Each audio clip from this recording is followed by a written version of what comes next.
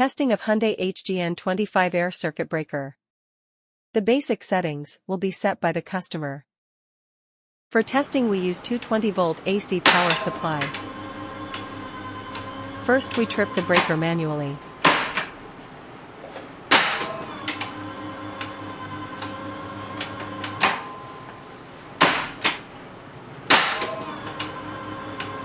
Then we trip the breaker with the help of the UVT.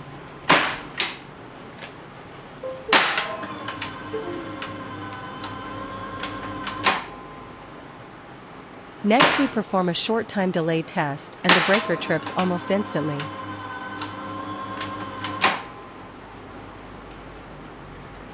And lastly we perform a long time delay test and the ACB trips after 40 seconds approximately.